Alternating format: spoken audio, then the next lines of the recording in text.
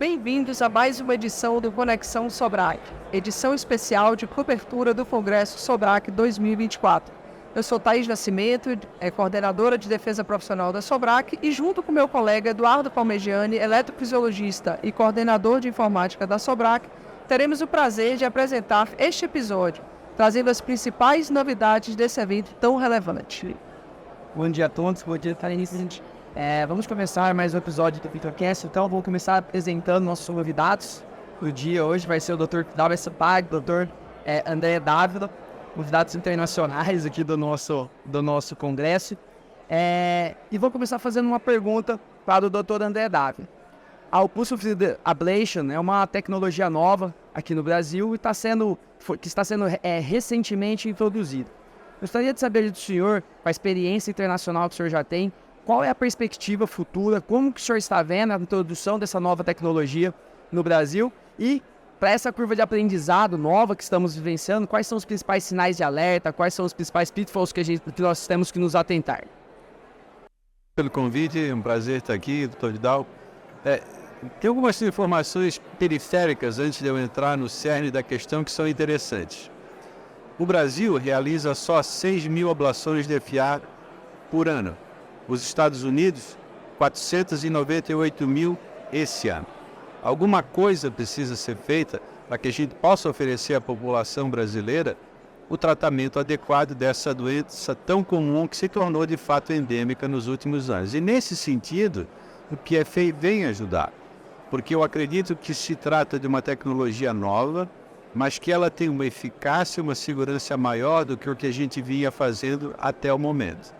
E é nesse sentido, então, que vários centros no Brasil começaram a tentar esboçar uma reação para ter a oportunidade de fazer esses procedimentos. Em Florianópolis, nós já estamos com 11 casos nas últimas 4 semanas. Não é tão simples, porque existe sempre, como todas as vezes, a resistência das fontes pagadoras à incorporação de nova tecnologia. Mas o que a gente tem feito, a gente tem tentado mudar a narrativa.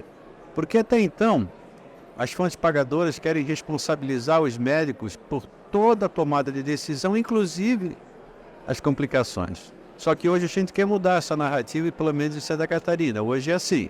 Eu tenho complicações que podem ser evitadas não pela experiência do médico, não pelo tipo de hospital, mas exclusivamente pelo tipo de energia que eu estou usando. Então, se a complicação ocorrer num centro experiente, a culpa não pode ser mais imputada ao médico ou ao hospital, vai passar a ser da fonte pagadora. E aí, quando a gente tem argumentado dessa maneira, a gente tem conseguido uma aceitação maior até do que aquela que a gente esperava. Porque isso, de fato, é o que a gente precisa fazer. Que se dê responsabilidade a quem a responsabilidade pertence. Eu acho que se a sociedade, que se a Sobrac e outros colegas adotarem esse tipo de postura, não é agressiva, ela é só mais realista, porque é exatamente isso que está acontecendo. No próprio Estados Unidos, a retórica mudou. Hoje, nos Estados Unidos, as associações médicas querem saber quem é que paga o preço da próxima fístula, da próxima paralisia frênica, da próxima estenose de veia. Não pode mais se colocar essa complicação na conta do médico. Isso precisa ser modificado. Claro, o acesso à tecnologia nos Estados Unidos é mais fácil do que aqui, mas existem várias fontes pagadoras também lá que não querem incorporar essa nova tecnologia, que é mais cara. Então, essa mudança de postura, ela está acontecendo lá e a gente está tentando trazer para cá também.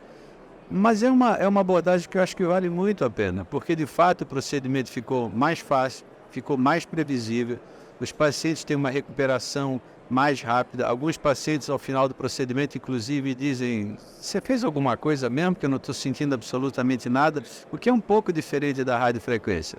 É comum você ter sintomas compatíveis com pericardite, síndrome do lado esquerdo rígido. Isso a gente vê muito, muito menos nos casos de PFA.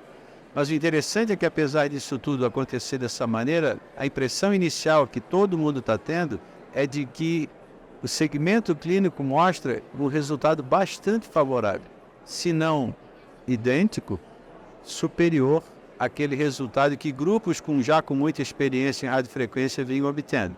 Então, do ponto de vista tecnológico, não há nenhuma razão para a gente não correr na tentativa de incorporar essa tecnologia aqui no Brasil. Eu até conversei com o pessoal do Sobrac, eu acho que a sociedade poderia, inclusive, se manifestar a respeito disso, como fez o Heart Rhythm Society.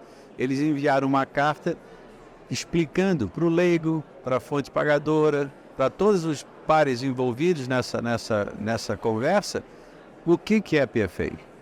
Isso é uma coisa importante que, claro, se você tem um aval da sociedade, do órgão oficial que regula aquela especialidade no país, isso pode facilitar muito o acesso dos hospitais a esse tipo de tecnologia. Vidal, muito obrigada por estar aqui com a gente. Eu sei que o sistema canadense é totalmente diferente do nosso, né? Eu tive o prazer de estar lá com você. Lá o sistema é totalmente público, né? E acaba que a decisão dessa transição de tecnologias fica muito do gestor que está na ponta. O que é que você entende hoje? Como é que foi essa transição? Você foi tranquila no Canadá? E o que é que você entende a longo prazo? Se você acha que o PFA é uma energia que não tem volta, ou seja, é a energia que nós vamos utilizar daqui para frente, e se os resultados a longo prazo, a sua intuição, porque a gente não vai ter ainda resultados de muito longo prazo, mas a sua impressão é de que essa é uma tecnologia que veio para fazer lesão duradoura, tanto quanto o crio e a radiofrequência. Acho que nós estamos num momento bem emocionante na electrologia, porque nós temos uma nova fonte de energia, muitas empresas desenvolvendo todos os tipos de catéteres com PFA, ponto a ponto, catéter grande, dual energy, muitas coisas, novidades que estão saindo. Essa questão de custo e custo-benefício é bem importante. Talvez até nos Estados Unidos é complicado, no Brasil, no Canadá, com certeza. Eu tenho feito muitos casos, muita variedade, mas principalmente em protocolos de pesquisa, onde essa noção do custo não existe, porque o catéter é de graça ou incluído no protocolo ou com preço especial para poder fazer. Agora nós estamos chegando à segunda etapa, que já temos 3 catéteres aprovados em Canadá. Os custos são maiores e vamos ter que ver como incluir isso. Tem uma empresa que está cobrando muito mais que outra, por exemplo.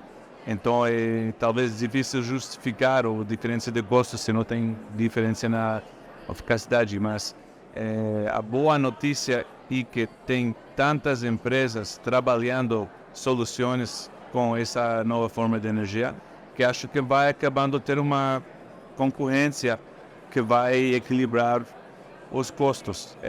Algumas empresas que já têm soluções de crio de radiofrequência vão adaptar também catéteres para ter essa opção, ou de dual energy ou de em campo pulsado. Então, acho que os seguintes anos vão ser bastante interessantes. Também a mudança da tecnologia, a integração com mapeamento 3D, tudo isso vai mudar. Os catéteres que utilizamos hoje não vão ser iguais. As receitas da PFA, a forma de integrar com os sistemas de mapeamento, tudo isso vai evoluindo. Então acho que precisamos seguir utilizando, seguir pesquisando e tratar de procurar o que é o melhor para os pacientes. O problema financeiro é real, é importante, mas isso se vai resolver de uma maneira ou outra. Acho que também é importante ter precauções com a segurança e a eficacidade. Temos que ter cuidado de não ter novos tipos de complicações ou controlar para não ter isso. E também a facilidade de fazer ablação extensa tem como favorecer talvez tipo de proarritmia, que temos que também ver a largo prazo como é esse negócio, se vamos ter mais ou menos proarritmia com campo pulsado comparado à radiofrequência. Ainda não sabemos, na verdade, a durabilidade das lesões. Alguns estudos têm demonstrações, mas com os novos catéteres temos que ver. Parece tudo legal durante a ablação, mas essa parede posterior vai ficar sem potencial em 6 meses, 1 ano.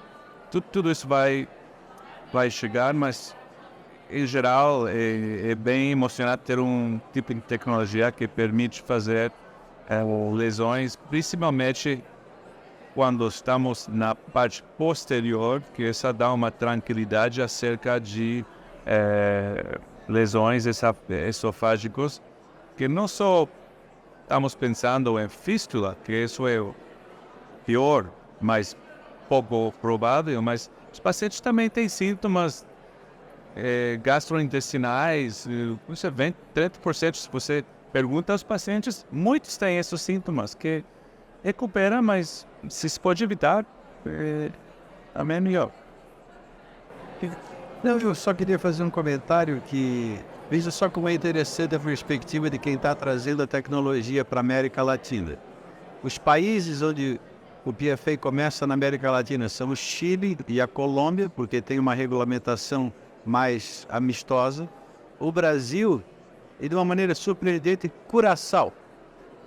Tem PFA em Curaçao, está se fazendo PFA em Curaçao e a gente está discutindo se isso é benéfico no Brasil ou não. Então a gente precisa de fato, e junto com as sociedades responsáveis, mudar essa percepção e avançar nesse campo, né?